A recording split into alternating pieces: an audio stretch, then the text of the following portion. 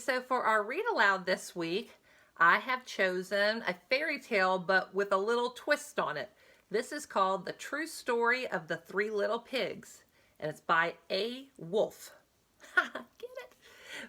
This book is told from the wolf's point of view, which means the wolf is telling the story of the three pigs. So it makes it a little bit different. So it was told to, which means written by John Sieska, and illustrations by Lane Smith. So let's get going on our story. Everybody knows the story of the three little pigs, or at least they think they do. But I'll let you in on a little secret. Nobody knows the real story, because nobody has ever heard my side of the story. I'm the wolf, Alexander T. Wolf. You can call me Al.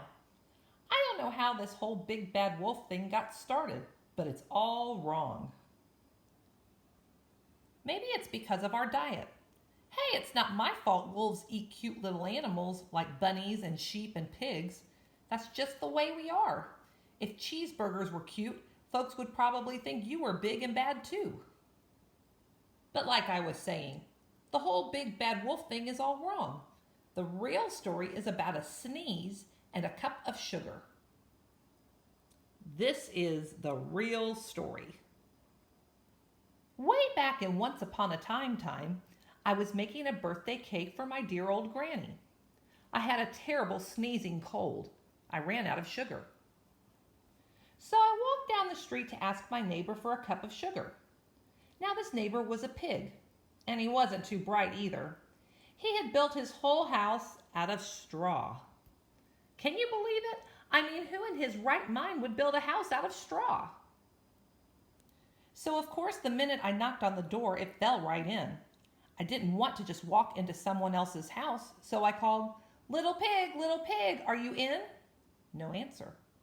I was just about to go home without the cup of sugar for my dear old granny's birthday cake. That's when my nose started to itch. I felt a sneeze coming on. Well, I huffed and I snuffed, and I sneezed a great sneeze. And you know what? That whole darn straw house fell down. And right in the middle of the pile of straw was the first little pig, dead as a doornail. He had been home the whole time. It seemed a shame to leave a perfectly good ham dinner lying there in the straw, so I ate it up. Think of it as a big cheeseburger just lying there. I was feeling a little better, but I still didn't have my cup of sugar, so I went to the next neighbor's house. This neighbor was the first little pig's brother. He was a little smarter, but not much. He had built his house of sticks. I rang the bell on the stick house. Nobody answered. I called, Mr. Pig, are you in?" He yelled back, "Go away, wolf, you can't come in. I'm shaving the hairs on my chinny chin chin." I had just grabbed the doorknob when I felt another sneeze coming on. I huffed and I snuffed and I tried to cover my mouth, but I sneezed a great sneeze. And you're not going to believe it, but this guy's house fell down just like his brother's. When the dust cleared, there was the second little pig, dead as a doornail, wolf's honor. Now you know food will spoil if you leave it out in the open, so I did the only thing there was to do. I had dinner again. Think of it as a second helping. I was getting awfully full, but my cold was feeling a little better, and I still didn't have that cup of sugar for my dear old granny's birthday cake. So I went to the next house. This guy was the first and second little pig's brother. He must have been the brains of the family. He had built his house of bricks.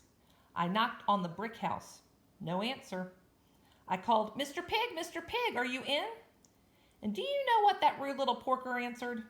"Get out of here, wolf. Don't bother me again." Talk about impolite. He probably had a whole sack full of sugar, and he wouldn't give me even one little cup for my dear sweet old granny's birthday cake. What a pig. I was just about to go home and maybe make a nice birthday card instead of a cake when I felt my cold coming on. I huffed and I snuffed and I sneezed once again. Then the third little pig yelled, "And your old granny can sit on a pin." Now, I'm usually a pretty calm fellow, but when somebody talks about my granny like that, I go a little crazy. When the cops drove up, of course I was trying to break down this pig's door. And the whole time I was huffing and puffing and sneezing and making a real scene. The rest, as they say, is history. The news reporters found out about the 2 pigs I had for dinner. They figured a sick guy going to borrow a cup of sugar didn't sound very exciting. So they jazzed up the story with all that huff and puff and blow your house down, and they made me the big bad wolf. That's it. The real story. I was framed. But maybe you could loan me a cup of sugar. What a fun story. I really like that one. So now I want you to think, do you believe the wolf in this story? Was he really going to the pigs' houses to just borrow a cup of sugar and had a bad cold?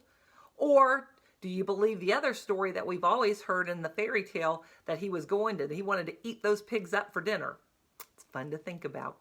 I hope you enjoyed the story, and we'll do another read aloud next week.